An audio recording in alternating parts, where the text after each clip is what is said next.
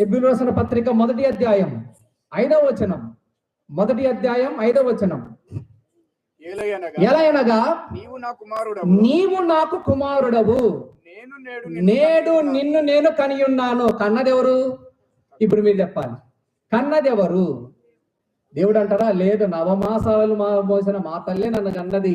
అప్పుడంటే ఎంతమంది దేవతలు వచ్చినా నీ ముందు ఎవరు నిలవలేరమ్మా. అమ్మా ఏంటి? అమ్మా అమ్మండి.